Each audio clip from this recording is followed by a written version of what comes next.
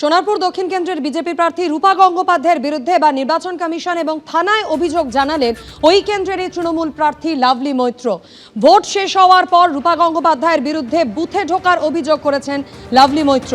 BJP প্রার্থীর উপস্থিতিতেই ভোটদান পরবর্তী প্রশাসনিক পদ্ধতি সারা হয় বলে অভিযোগ করেছেন সোনারপুর দক্ষিণ কেন্দ্রের তৃণমূল প্রার্থী লাভলি মৈত্র।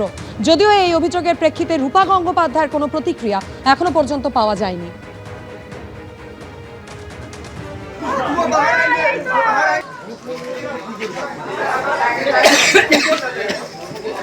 इसको কি পারমিশন দেয় এগুলো এরকম ভাবে? আরে এর কিছু বলছিও না।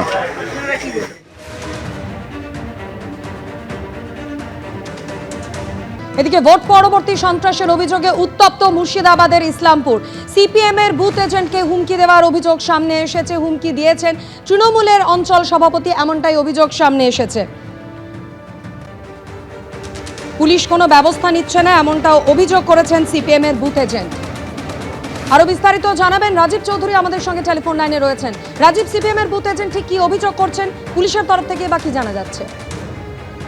সিপিএম এর বুথ এজেন্ট রুহুল আমিন গতকাল রাতে তার গ্রামের যখন চায়ের দোকানে চা খাচ্ছিলেন, অন্য দিনের মতো ওই গ্রামের দোকানে চা খান, তখন স্থানীয় যে তৃণমূলের নেতৃত্বে এক বিশাল বাহিনী ওই চায়ের দোকানে আসে এবং চায়ের দোকানে আসার পর রুহুল আমিনকে ঘিরে ধরে তারা জানতে চান কেন তিনি এজেন্ট হয়েছেন এবং কার মদতে তিনি এজেন্ট হয়েছেন।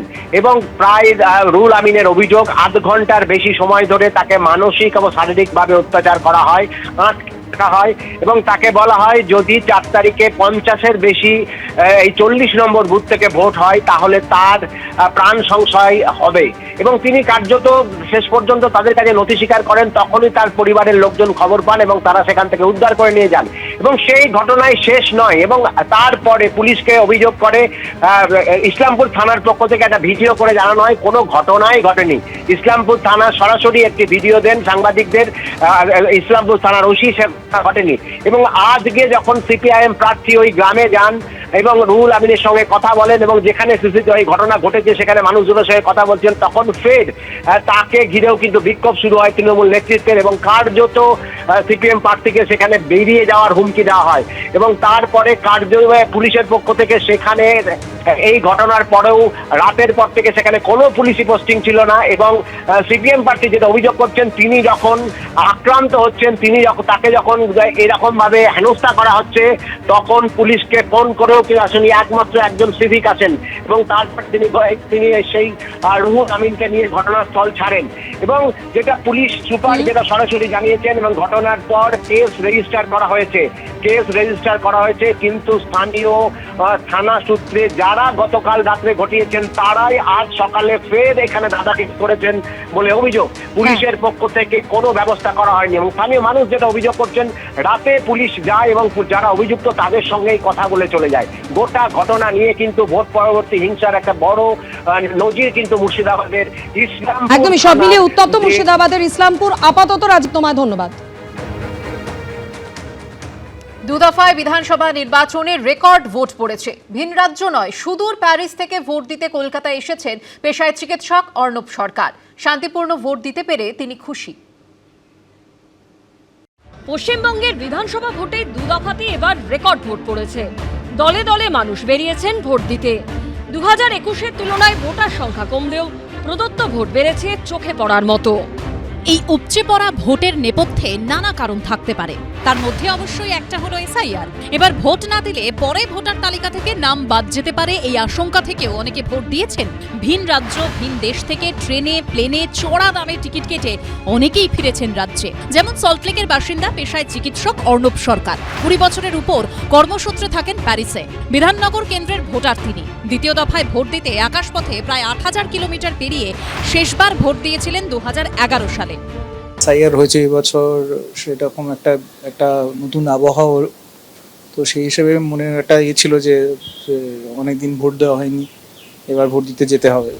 সুদূর ইউরোপ থেকে 11 বছর পর ঘরে ফিরে দিলেন ভোট। শান্তিপূর্ণভাবে ভোট প্রয়োগ করতে পেরে নির্বাচন কমিশনকে দরাজ সার্টিফিকেট দিয়েছেন বিধাননগরের বাসিন্দা চিকিৎসক অর্ণব সরকার। আমার মনে হয় ঐতিহাসিক যেটা আমি দেখলাম এবছর, সেটা হচ্ছে যে মানে পশ্চিমবঙ্গে হয়তো প্রথমবার আমি আমার অন্তত দেখা যে বিশেষ কোনো হিংসা হয়নি এবং কোনো মানুষের মৃত্যু হয়নি, সেটা একটা বিরাট বড় ব্যাপার। কেননা এত বছর ধরে আমি আমরা সবসময় শুনে আসতাম যে ভোটের আগে এতজনের মৃত্যু হয়ে গেল, এখানে এতজনের মৃত্যু হলো, আজকে এখানে বোম পড়লো, কালকে এখানে, সেইগুলো যে হয়নি সেটা একটা বিরাট বড় উৎসব। এটাই আমার মনে থাকবে এবং মানুষের স্বতঃস্ফূর্তভাবে এত সংখ্যায় ভোট দেওয়া, সেটাও একটা বিরাট বড় ব্যাপার। অর্ণব সরকারের মতো অনেকেই বাইরে থেকে এসেছিলেন নিজের ভোটটা দিতে। এবার যেরকম উৎসবের মেজাজে ভোট হয়েছে তাতে খুশি তারা সকলেই। ব্রতদীপ ভট্টাচার্যের রিপোর্ট, এবিপি আনন্দ। এবিপি আনন্দ, এগিয়ে থাকে, এগিয়ে রাখে।